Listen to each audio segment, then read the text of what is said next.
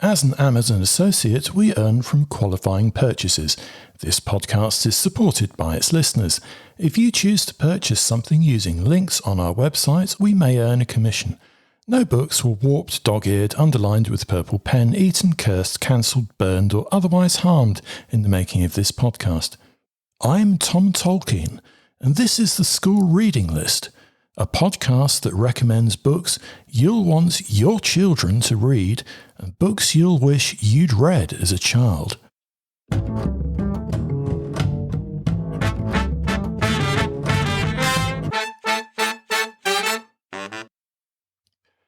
To kick off episode 31 of the School Reading List podcast, let's rip open some book post.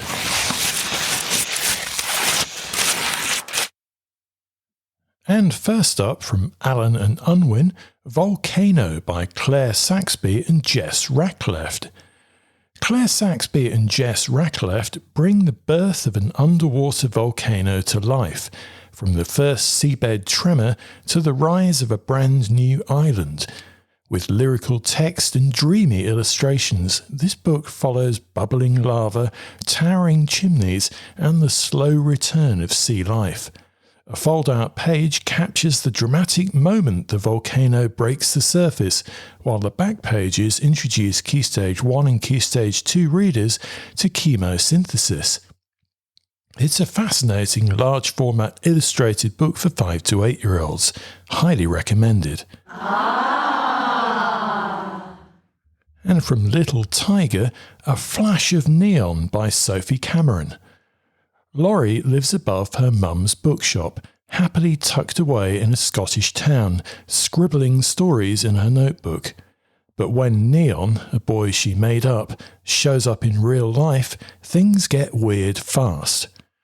As more pieces of her imagination start slipping into the real world, Laurie's left to figure out what's going on and what it all means for her. For 10 to 14-year-olds, it's a compelling, original and thoughtful mix of reality, fantasy and the magic of making stuff up. Highly recommended for Key Stage 3. I'm Going to Make a Friend by Darren Chetty and Sandhya Prabhat. Starting a new school can feel huge, especially when you're wondering what it takes to make a friend. This gentle, thoughtful and genuinely useful story for 3 to 6-year-olds follows one child's hopes, worries and quiet questions about sharing, boundaries and what it means to connect. As they build a cardboard companion, their imagination and emotions unfold in parallel, offering a subtle take on identity, play and early friendship. It's a lovely, understated reflection on change and finding your people, whoever they may be. Highly recommended for EYFS and Key Stage 1. And from Piku Publishing, The Man Who Loved Libraries by Larsen Andrew and Maurey Katty. This fascinating picture book for 3+-year-olds follows Andrew Carnegie's journey from a young immigrant in America to one of the world's wealthiest industrialists. It shows how he later used his fortune to fund over 2,500 public libraries, changing access to books for millions. Alongside the biographical story, a short factual section offers extra detail about his life and role in the Industrial Revolution. It's a thoughtful introduction to the lasting power of philanthropy. Highly recommended. The Glass Heart by Sally Gardner. Sally Gardner's The Glass Heart is a dreamy fairy tale about 3 princesses with hearts made of glass. As they grow up in a kingdom of winding rivers and hidden gardens, life chips away at their delicate hearts. One shatters, one fractures, and one stays intact. It's a gentle, thoughtful take on how we cope with emotion and change, wrapped up in gorgeous storytelling and illustrations. Perfect for 5+-year-olds who like their magic with a hint of melancholy. Amelia Cheeseheart Investigates, Mummy Mayhem by Kat Weldon and Nene Lonergan. Daring mouse aviator Amelia and her clever spider friend Webster have a mystery on their paws.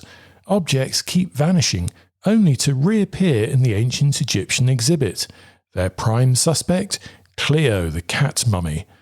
As they navigate the museum's secrets, Amelia is determined to crack the case.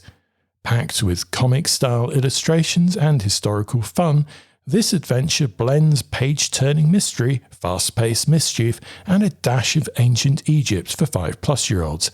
Highly recommended for less enthusiastic readers. Ooh. And from Scholastic, The Squid Squad by Effie Doole. Meet Ollie the vampire squid and Zing the sea bunny, possibly the oddest duo in the town of nowhere.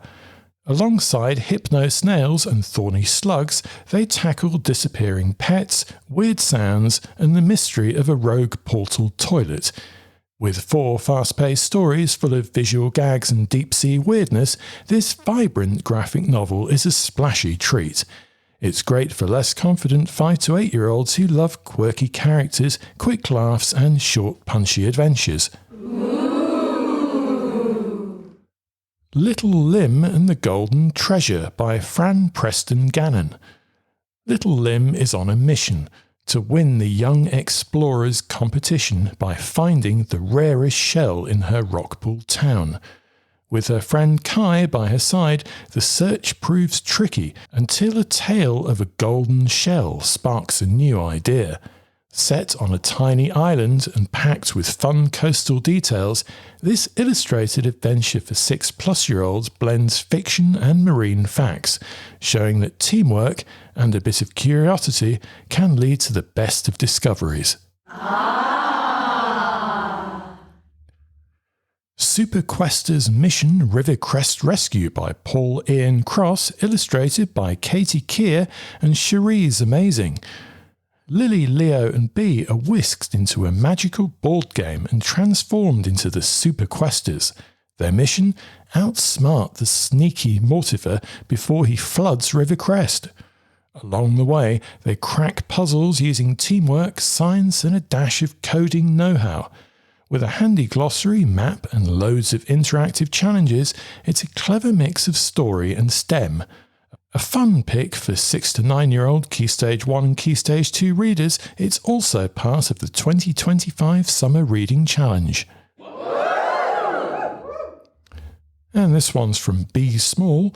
Real Life Mysteries, Tales of Scary Beasts by Susan Martineau, illustrated by Vicky Barker. Ever wondered what explorers really saw when they claimed to spot sea monsters or giant apes? This book explores 6 strange sightings and asks readers to play detective. With detailed illustrations and an impetus to think critically, it's a mix of mystery, fact and imaginative adventure. Written by Susan Martineau and illustrated by Vicky Barker, it's perfect for curious 8+-year-olds who love solving puzzles and questioning the world around them. Vivi Conway and the Lost Hero by Lizzie Huxley-Jones.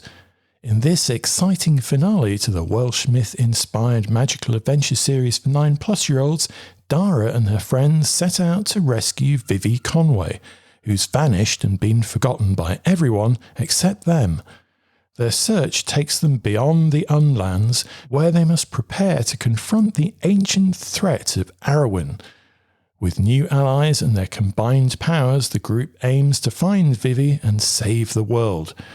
The story continues themes of friendship, bravery and teamwork introduced in the earlier books. Highly recommended. And from Macmillan Children's Books, The Blockbusters by Frank Cottrell-Boyce. When Rafa's Year 6 class visits a local theatre, he somehow ends up mistaken for a child star and swept onto a Hollywood film set while still trying to find his missing brother. Told in scenes instead of chapters, the story cleverly weaves in movie-making roles through Rafa's eyes. Set between Birkenhead and LA, this lively middle-grade caper blends family, friendship and a big case of mistaken identity. Illustrated by Stephen Lenton, it's great for 9 to 11-year-old individual or shared reading. Highly recommended. The Battle of Farrowfell by Ravena Guron.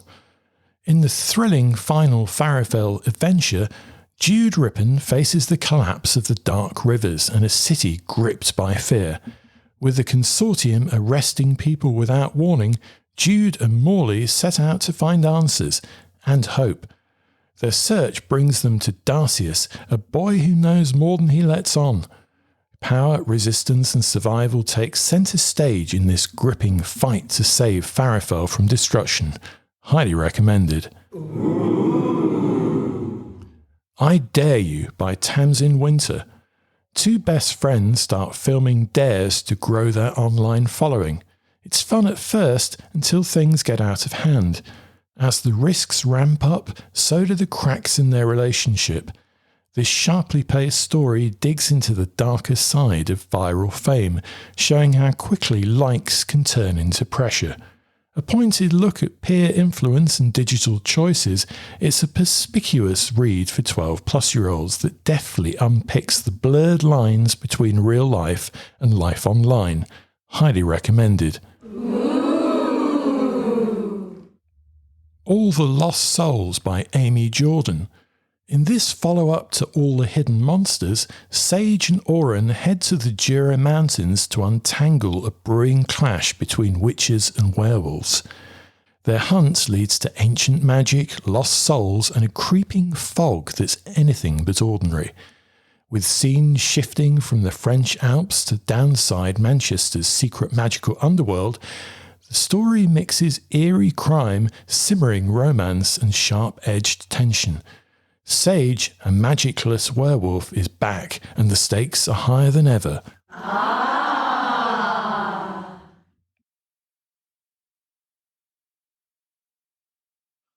Thank you to all the publishers and publicists for sending us books to review here on this podcast and on our website schoolreadinglist.co.uk.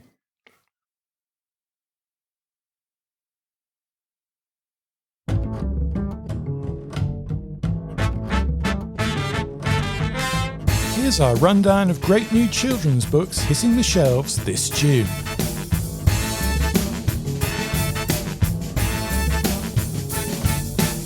Like a Love Story by Abdi Nazemian. Carnival Queen by Danette Williams-Harry and Amelie-Anne Calmo. Snarky Sharky by Bethan Clark and Nicholas Illich. Choose Your Own Evolution by Jules Howard and Gordy Wright. Words Can Fly by Donna Ashworth and Erin McGuinness. Greenwild, The Forest in the Sky by Pari Thompson. The Shell Keepers by Truly Johnston. Niley and the Secret Song by Jasbinder Bilan. Best of All Worlds by Kenneth Opel. Don't Let Me Go by Kevin Christopher Snipes.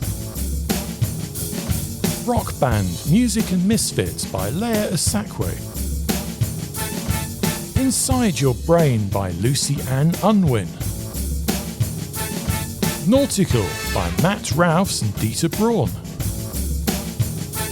A Field Guide to Summer by Gabby Dorney and Dorian Brewers. The Lost Book of Undersea Adventure by Teddy Keane. Augmented by Kenichi Udogu. Space by Gabby Morgan.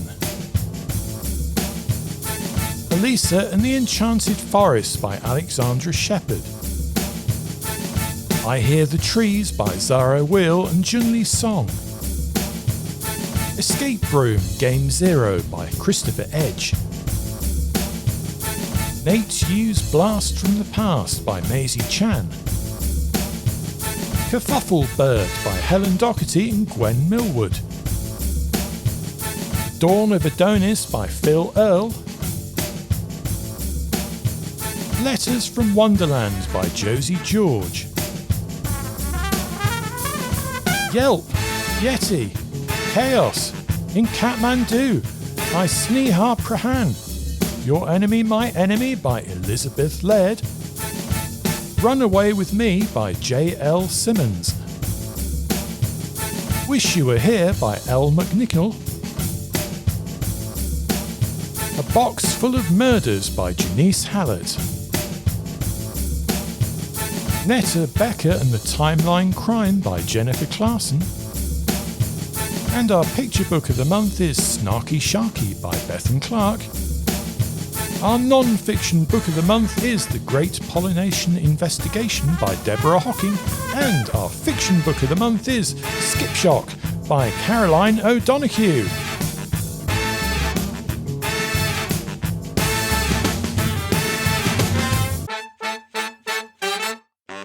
Bookity book, let's get reading. If you're a teacher, librarian or avid bookworm who loves children's or YA books and you'd like to review brand new titles for the school reading list, get in touch by email. We'd love to hear from you. The address is reviews@schoolreadinglist.co.uk.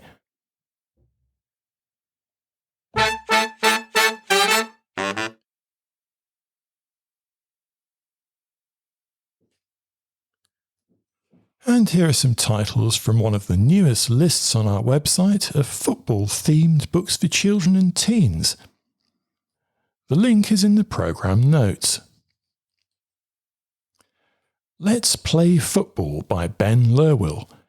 Ben Lerwill's Let's Play Football opens the door to a game that belongs to everyone. From city parks to dusty fields, it shows how football happens wherever there's a space and something round to kick. It's not just about star players or scoreboards, but about joy, teamwork and the simple thrill of playing. With a focus on inclusion and community, the book highlights how football connects people, no matter their age, background or ability. Little People, Big Dreams, Jurgen Klopp by Maria Isabel Sanchez Vergara. This lively biography charts Jurgen Klopp's journey from football-mad kid in Germany to top-flight manager of Mainz, Dortmund and Liverpool. It touches on his playing days, his love of tactics and how he became known for passion, humour and team spirit. Aimed at younger readers, it's part of the Little People Big Dreams series, offering a snapshot of Klopp's life and achievements with a timeline and illustrated profile to round off a boss book. The Unlucky 11 by Phil Earle. The Unlucky 11 follows Stanley and his team, the Saints, through a season where nothing goes right. Convinced their kit is cursed, they try everything to break the bad streak, with mostly disastrous results. Stanley's plan gets bolder as the final match looms, and the team scrambles to turn things around. It's a light, chaotic take on friendship, football, and refusing to give up. The Dog That Saved the World Cup by Phil Earle. This book follows Elsie and her dog Pickles, united by a love of football. When things go badly wrong, it's Pickles who steps up, drawing on the real-life story of the dog who found the stolen World Cup. Blending fact and fiction, the book explores family, setbacks and second chances. With illustrations throughout, it offers younger readers a mix of football history and everyday challenges, all seen through a loyal dog's unlikely heroics. Highly recommended. The Kick-Off by Dan Friedman. This book follows Jamie Johnson, a young footballer with big plans and a habit of messing them up. After blowing his shot at the school team, he's out to prove he's got what it takes. The story tracks his ups and downs on and off the pitch, mixing football action with everyday setbacks. Aimed at readers age 8 and upwards, it's a solid pick for kids who live for the game and know it's not always smooth going. Football Crazy by Tony Bradman. This book follows Danny, Lewis and Jamil as their team goes from losing every week to suddenly winning under a strict new coach. But with the success comes pressure and the fun starts to disappear. As the boys question what really matters, they're forced to decide whether winning is worth the cost. It's a story about teamwork, standing your ground, and remembering why you started playing in the first place. The Big Book of Football by Mundial. This hardback dives into the game's history, key players, legendary teams, and big moments. It mixes football basics with trivia, fun facts, and how-to tips, like learning to bend it like Beckham. Packed with colourful illustrations, it also looks at how gear has changed over time, from old boots to modern kits. It's ideal for classroom libraries.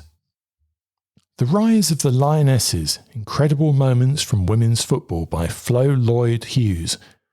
The Rise of the Lionesses charts the journey of England's women's team, from early trailblazers like Lily Parr to modern stars such as Beth Mead.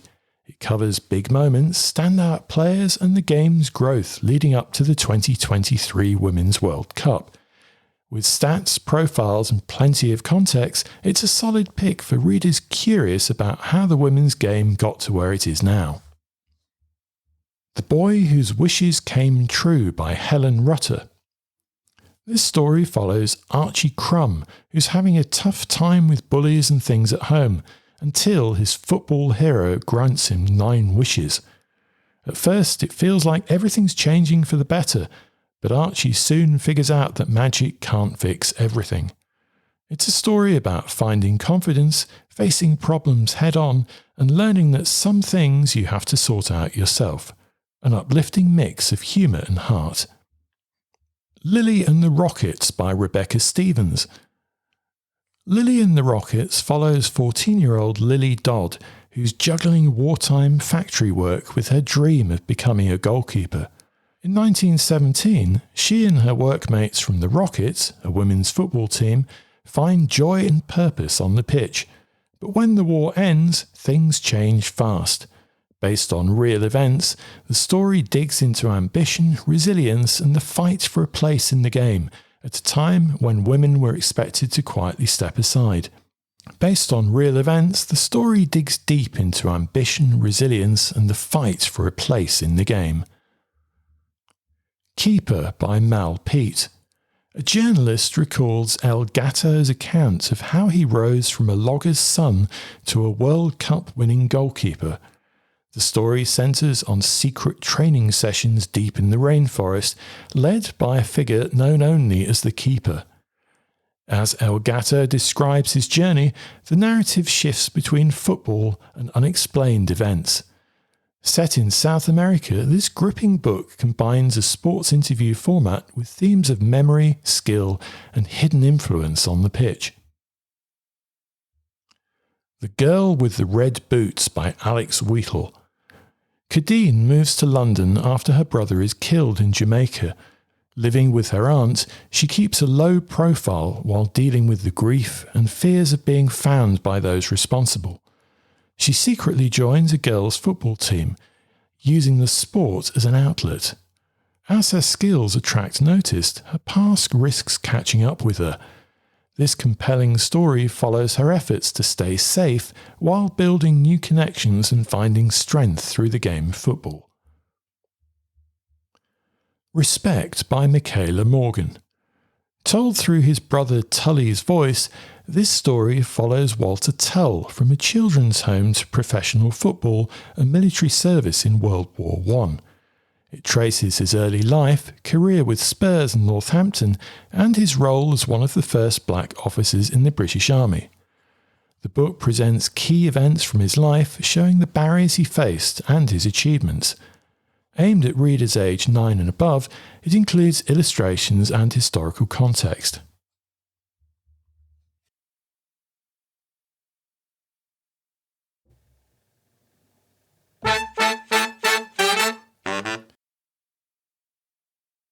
Here's a selection of exciting new book tasters sent to us by new and self-published children's authors this month.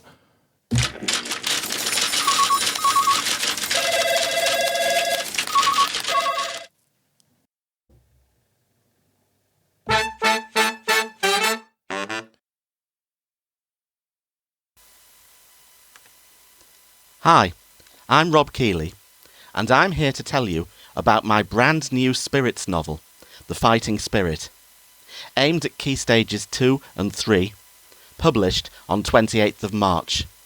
Yes, after 5 years, the Spirits series is back.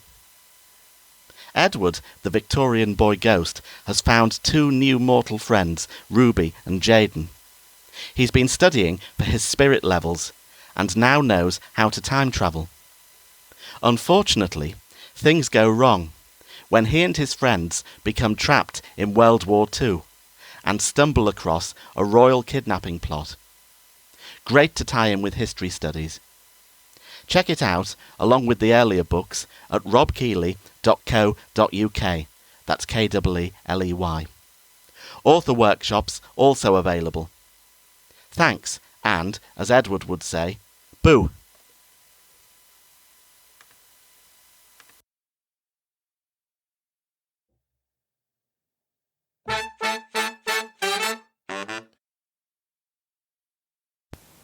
Hi, actor and writer Michael Obiora here. You might know me from TV shows such as Hotel Babylon, Luther, Doctor Who, Blink, and most recently, Out There, the 6-part ITV drama. I'm here to tell you about my debut children's book, Zizi the Humblebee. It is about a bumblebee called Zizi who is head and shoulders above her friends when it comes to flying the fastest. But can she find the balance between celebrating her talents and humility? Zizi the Humblebee is a fun rhyming story about the joys of learning, teaching, and being humble. I really hope you guys will enjoy it. Take care, lots of love, Michael Obiora.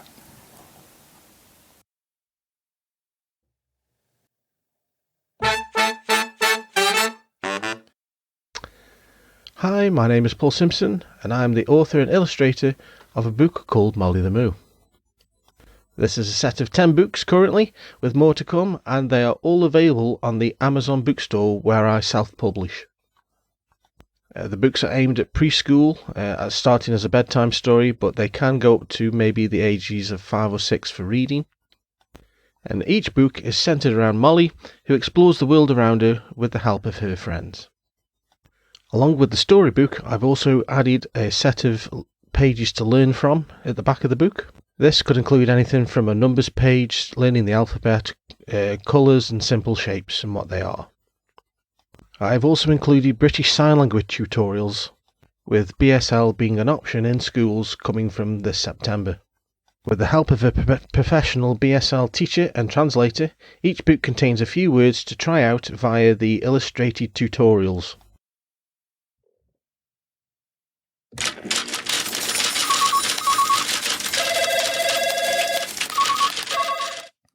If you'd like to get in touch and leave a recorded shout-out about your upcoming self-published children's book, have a look at our podcast webpage for more details.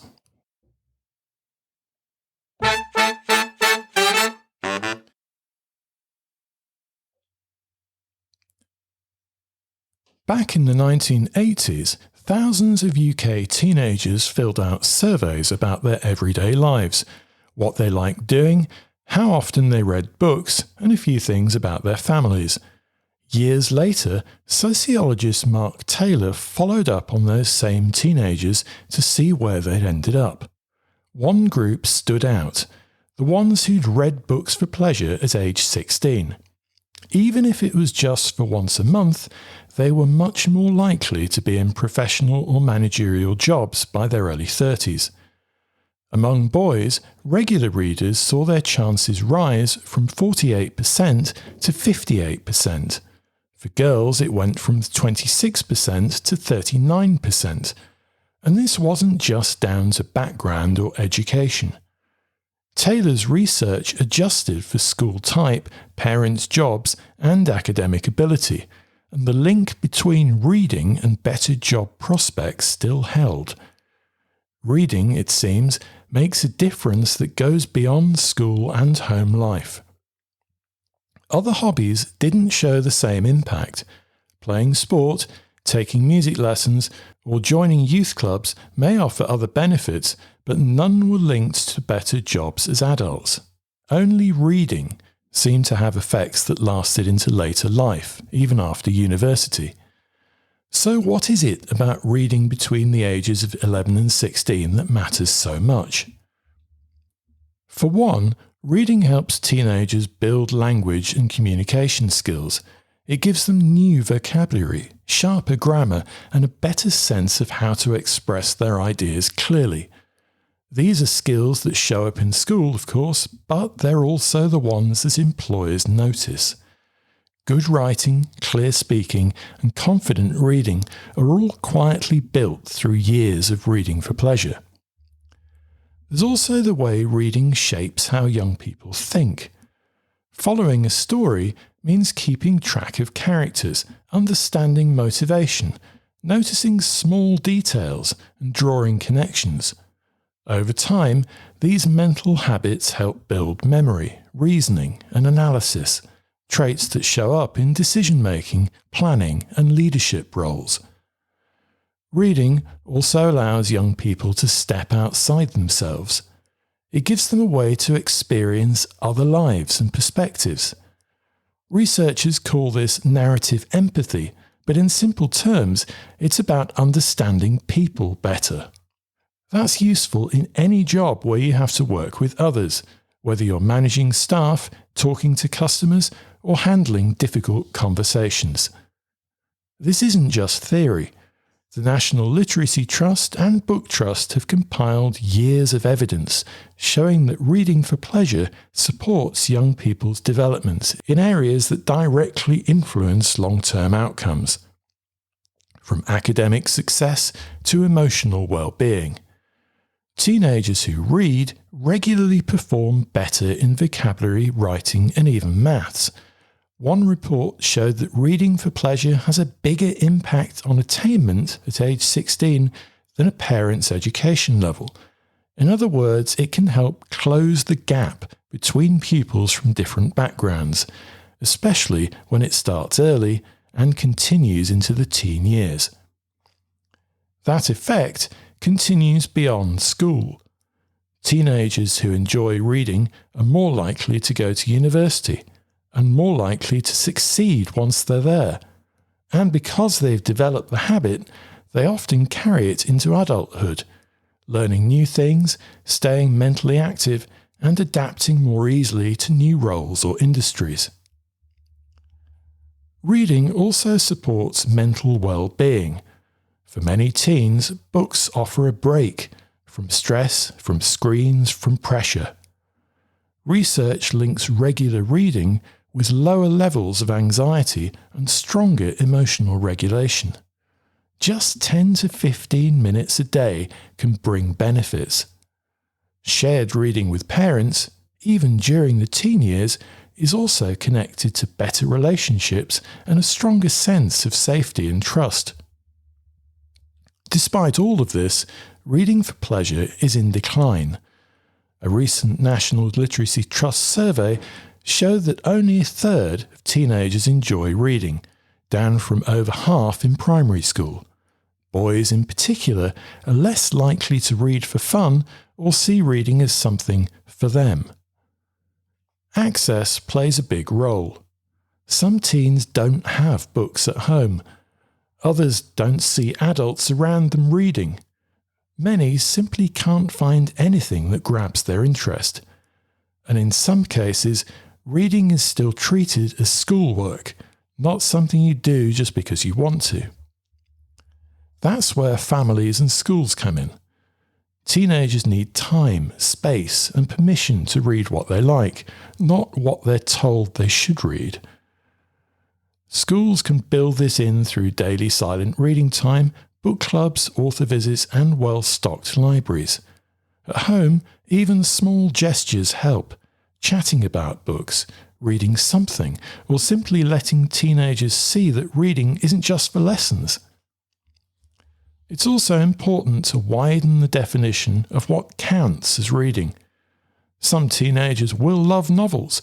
Others might prefer graphic novels, sports biographies, sci-fi, manga, or non-fiction about real-world issues, and that's all fine. The aim isn't to get them reading the right books, it's to get them reading it all. Because once that habit takes hold, it builds. Teenagers who read voluntarily are far more likely to keep reading in their 20s and 30s. And, as Mark Taylor's research shows, that can lead to better education, stronger job prospects, and greater confidence in the adult world. So when a teenager picks up a book, even just occasionally, it's not just downtime, it's an investment in their future. And the evidence suggests it's one of the best they can make.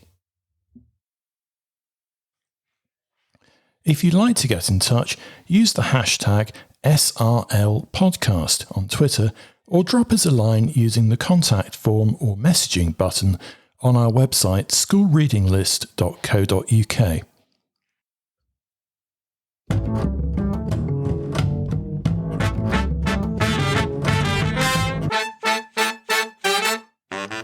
And all the books lived happily ever after. The end.